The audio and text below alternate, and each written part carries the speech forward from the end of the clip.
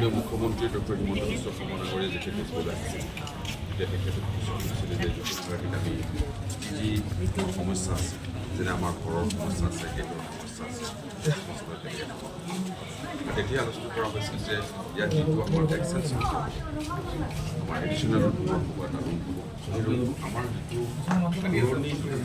Structure সেই structure নামতে বনোৱাৰ ব্যৱস্থা কৰা আমি সিদ্ধান্ত লৈছোঁ আৰু সেই বিষয়ে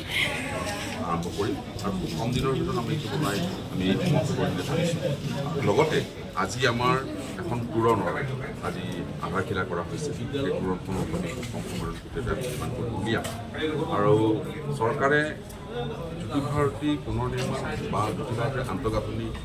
তৈয়াৰ কৰিবৰ কাৰণে বিভিন্ন আঁচনি আমি কৰিছোঁ আমি আগতে এটা কথা আছিল যে আমি ইয়াত এটা চাউণ্ড ৰেকৰ্ডিং এটা চেণ্টাৰ লাগে বা অন্যান্য যাৱতীয় নাটক গান আদিৰ লগত চৰ্চা কৰিবৰ কাৰণে আমাৰ ঠাইৰ প্ৰয়োজন এই ঠাইৰ অভাৱৰ কাৰণে আমাৰ সুবিধা হৈ আছিলে এতিয়া আমি যদি নতুন ঘৰটো বনাব পাৰোঁ তেনেহ'লে আমাৰ বহুখিনি অসুবিধা আমাৰ সমাধান হ'ব আৰু গেটখন হোৱাৰ লগে লগে ইয়াৰ সৌন্দৰ্য বৃদ্ধি Sir, rumah ko ni pokoknya itu musik.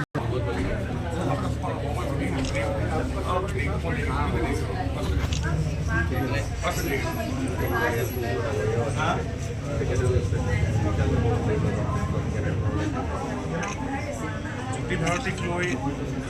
এক অভিলাষী প্ৰকল্প এটা আপোনালোকৰ মনত আছে যে ইয়ালৈ যোৱা বছৰ মাননীয় মুখ্যমন্ত্ৰী মহোদয় আহিছিলে সাংস্কৃতিক মন্ত্ৰী মহোদয় আহিছিলে বিভিন্নজন ইয়াতে প্ৰদৰ্শন কৰিছিলে আৰু তাৰ পাছৰ পৰাই জ্যোতি ভাৰতীক ইয়াক অৰিজিনেলিটি অক্ষুণ্ণ ৰাখি ইয়াৰ যিটো ইয়াক কেনেকৈ আপগ্ৰেড কৰিব পাৰি আৰু ইয়াৰ আৰ্টিফেক্টছবিলাক যিবিলাক ইয়াত সংৰক্ষিত হৈ আছে বস্তুবিলাক সেইবিলাকৰ যথেষ্ট মানে মডাৰ্ণাইজ কৰাৰ আধুনিকীকৰণ কৰাৰ দৰকাৰ এই আটাইখিনিৰ কাৰণে মানে দিল্লীৰ পৰাও বিশেষজ্ঞৰ দল আহিছিল আৰু অহাৰ পাছত আমি এটা বিস্তৃত পৰিকল্পনা কৰিছিলোঁ প্ৰায় 12 কোটি টকা 12-13 কোটি টকা তৎকালীন বনোৱা হৈছিলে আৰু সেইটো ইতিমধ্যে সাংস্কৃতিক পৰিক্ৰমা বিভাগৰ দ্বাৰা লোক নিৰ্মাণ বিভাগলৈকে গৈছে আৰু বাজেটতো এই বছৰ ইনক্লুড কৰা হৈছে যে জ্যোতি ভাৰতীৰ কাৰণে এটা প্ৰকল্প আমি আশা কৰিছোঁ সেইটো সোনকালে হয়তো আমি পাম আৰু তাৰ লগতে আজি PWDৰ যিখিনি কাম কিছু কাম আছিলে আৰু তাৰ ভিতৰত গেট এখন নতুনকৈ এখন তোৰণ নিৰ্মাণ আৰু ৰূপকৰ জ্যোতিপ্ৰসাদ আগৰৱালাৰ এটি